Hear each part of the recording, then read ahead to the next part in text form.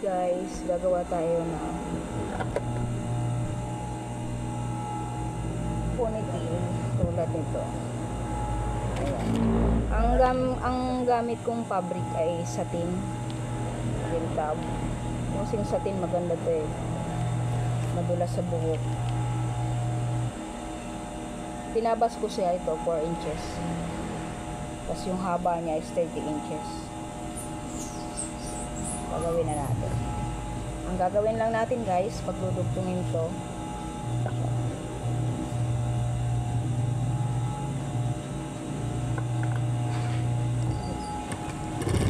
Nilalakad ko para mamaya.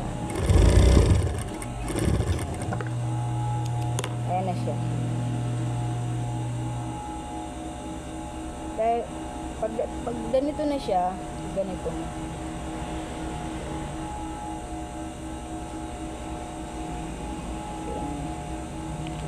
Nakaganito siya.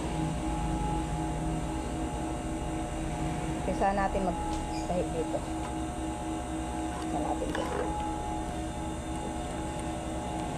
Mag-iiwan tayo ng 1 inches. Tapos na hole, butas. Ayan, batak-batakin mo lang guys. Batak-batak lang. Batakin mo lang yung sinulid. Ay, sinulid yung tela. Binabagalan ko lang ng para masundan mo. Ayan siya. Tapos ayan siya. Ayan, sige. Batak-batak lang. Batakin lang.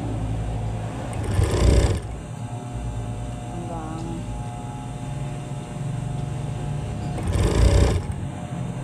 siya guys. Malapit na.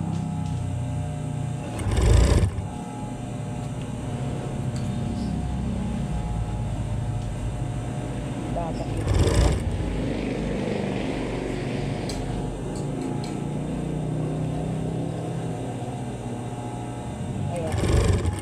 Mag-iwan tayo ng 1 inches na doon natin mamaya ilulusot. Ito na siya. Yung iniwan ko kaninang butas na 1 inches, dito ko dudukutin yung yung tela para mabaliktad na siya. Hindi mo na kailangan gumamit ng stick. Ayan na siya. Ayan. Ito yung butas kanina na iniwanan ko.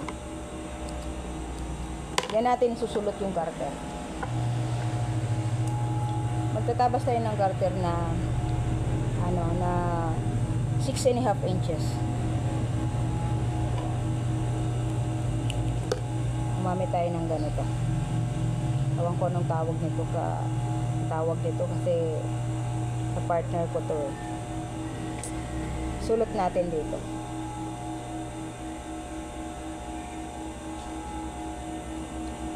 Siya.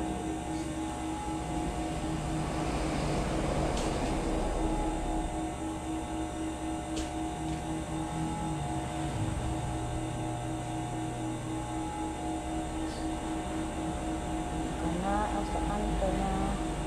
Tapos dito rin siya lumabas. Ayan na siya.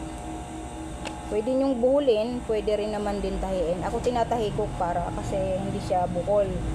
Tinatahi ko ng ilang beses para matibay. Ayan na siya. Ayan.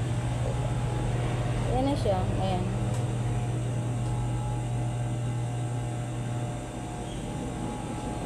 Ang ganda, no? Yung dito sa iniwanan kong butas kanina, kung saan sinulot ko yung hangin. Garter, ilalak natin ng white din na sinulid para malinis tingnan, tsaka hindi siya halata dahil puti. Kung ano po yung kulay ng tela nyo, dapat ganun din yung kulay ng sinulid. Ako minsan kinakamay ko na lang para hindi ako palit ng sinulid dito sa karaya. Ayan na siya guys. Pwede nyong gayahin, diba? Saglit lang.